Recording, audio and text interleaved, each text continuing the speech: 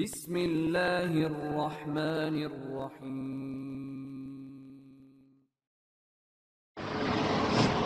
আসসালামু আলাইকুম ওয়া রাহমাতুল্লাহ। বিসমিল্লাহির রহমানির রহিম। আলহামদুলিল্লাহি রাব্বিল আলামিন ওয়াল আকিবাতু লিল মুত্তাকিন। নবিয়িনা মুহাম্মদ ওয়া আলা আলিহি ওয়া আসহাবিহি আজমাইন। আমরা ধারাবাহিকভাবে আলোচনা করতেছিলাম বিদআতের অবস্থা, বিদআতের প্রকারভেদ, কী কারণে বেদাত সমাজে চালু হয়। আজকে আমরা অষ্টম পর্বে আজকে আমাদের আলোচনার বিষয় হলো বেদাতের ভয়াবহ পরিণতি। বেদাত করলে কি ভয়ানক পরিণতি হতে পারে। বিদআত হলো শরীয়তে নব আবিষ্কার, ইসলামে নব আবিষ্কার, দ্বীনের মধ্যে নব আবিষ্কার। আল বিদআ ফিশ শারঈ অর্থ দ্বীনের মধ্যে নব আবিষ্কারকে বেদাত বলে। ইমাম নববী রাহিমাহুল্লাহ আসমাউল লুকাত কিতাবে তাহজিবুল আসমাউল লুকাত কিতাবের ৩য় নম্বর খণ্ডে ২২ নম্বর পৃষ্ঠা উনি কথা বলেছেন।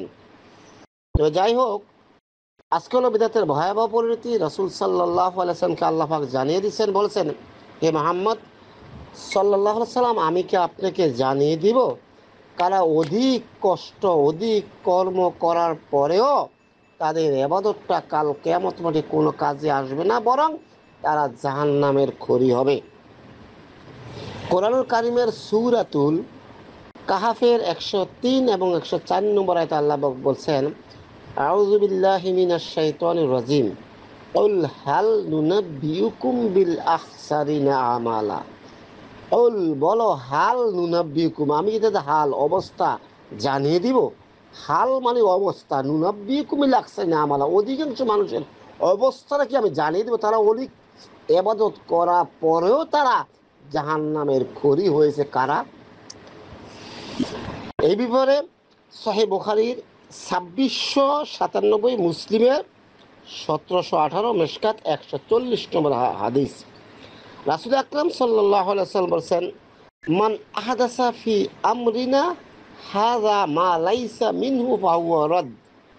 যে ব্যক্তি আমাদের শরীয়তে এমন কিছু নতুন সৃষ্টি করলো যা তার মধ্যে নেই, তা প্রত্যাখ্যাত। আমাদের শরীয়তের মধ্যে অর্থ রাসূল আকরাম সাল্লাল্লাহু আলাইহি ওয়াসাল্লাম সাহাবায়ে আজমাইনের মাঝখানে যে দিন, যে শরীয়ত যেইভাবে যে অবস্থায় রেখে গেছে, সেইভাবে সে অবস্থায় অক্ষুণ্ণ থাকার নাম হচ্ছে দিনকে পরিপূর্ণ হেফাজত করা। একটি কথা আপনাদেরকে বোঝানোর জন্য বলছি, আপনার কাছে কেউ একটা জিনিস আমানত দিল, আমরা জানি আমানতের খেয়ানত করা একটা মুনাফিকের 4টি লক্ষণ, একটি আলামত। একটি আমানত দিল, ওই আমানতটা যদি আপনি সঠিকভাবে যেইভাবে দেওয়া হয়েছে সেইভাবে যদি আমি যথা টাইমে যথাস্থানে পৌঁছাইতে পারি, তাহলে হলে আমি আমানত রক্ষাকারী। আদার যদি এর 19 বিষয়, তাহলে আমানত খেয়ানতকারী। তাহলে ইসলামটা আমানত রেখে গেছে। রাসূল সাল্লাল্লাহু আলাইহি সাল্লাম বলেছেন, আল উলামাউ ওরাসাতুল আম্বিয়া, আলেমরা হয়েছে নবীদের উত্তরসূরি। তারা দিরহাম এবং দিনারের উত্তরসূরি নয়, ইলমের উত্তরসূরি। রাসূল আকরাম সাল্লাল্লাহু আলাইহি ওয়াসাল্লাম শরীয়তকে যেভাবে আলেমদের কাছে থাকার কথা বলেছেন, আল উলামা ওয়ারাসাতুল আম্বিয়া, আলেম হচ্ছে নবীদের উত্তরসূরি। নবীরা আলেম উত্তরসূরির কাছে রেখে গেছে দিন। সেই দিন যদি তারা বিকৃতি করে প্রকাশ করে, তাহলে তারা রাসূল সাল্লাল্লাহু আলাইহি ওয়াসাল্লাম যে দায়িত্ব দিয়ে গেছেন সেই দায়িত্বের খেয়ানত করলো। যেমন আল্লাহ রাব্বুল আলামিন মুহাম্মদ সাল্লাল্লাহু আলাইহি ওয়াসাল্লাম কাছে বলে, হে মুহাম্মদ সাল্লাল্লাহু আলাইহি ওয়াসাল্লাম, তুমি দাওয়াত দিতে গেলে, সমাজে দাওয়াত দিতে গেলে তোমার প্রতি কি আসবে? স্টিম রোলার আসবে। তুমি পরোয়া করো না। যদি তুমি পরোয়া করো, তোমার কেউ কোনো ক্ষতি করতে পারবে না।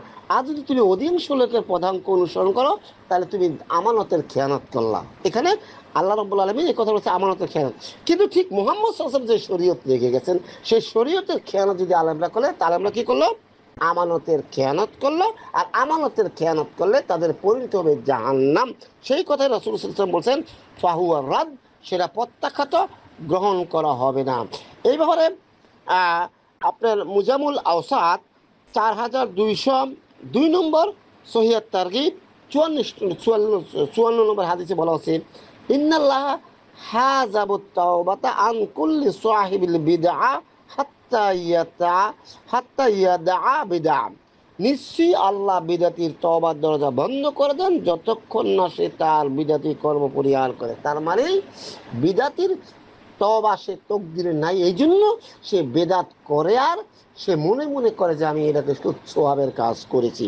আমরা বলছিলাম একজন বিদাতি যখন শরীয়তের মধ্যে যখন নব আবিষ্কার করে তখন সে এটাকে সোয়াবের আশাই করে। একটা চোর, একটা ডাকাত, একটা জিনাখোর, একটা বদমাশ, একটা সন্ত্রাস, একটা দুত্রাজ, সে অপরাধ যখন করে তখন সে মনে মনে, এটা আজ হোক আর কাল হোক, তার মনে এটা জাগ্রত হয় আমি অন্যায় করতেছি। তখন সে একটু অসুস্থ হলে, একটু বিপদ হলে আল্লাহর কাছে বলছে আল্লাহ আমি এই কাজ করবো না। আপনারা জানেন মক্কার কাফেররা কিন্তু এরকমই করেছিলেন, কোরআন হাদিস তাই প্রমাণ করে। তো একটা ডাকাত কিন্তু এটাই প্রমাণ করে যে না আমি অন্যায় করতেছি।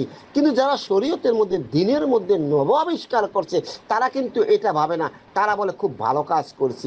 মৃত্যুর আগে হুজুর ডেকে আইনা আরো বড় বড় মিলাদ করায়, বড় বড় বিদাত করে এবং সন্তানদেরকে ওসিয়ত করে, বাবা আমার পয়সা টাকা ছিল না, আমি বড় ধরনের মিলাদ মাহফিল করাতে পারি না, আমি মারা যাওয়ার পরে 3 দিনা 40 আমার নামে খরচ করিও, আমার নামে মিলাদ করিও।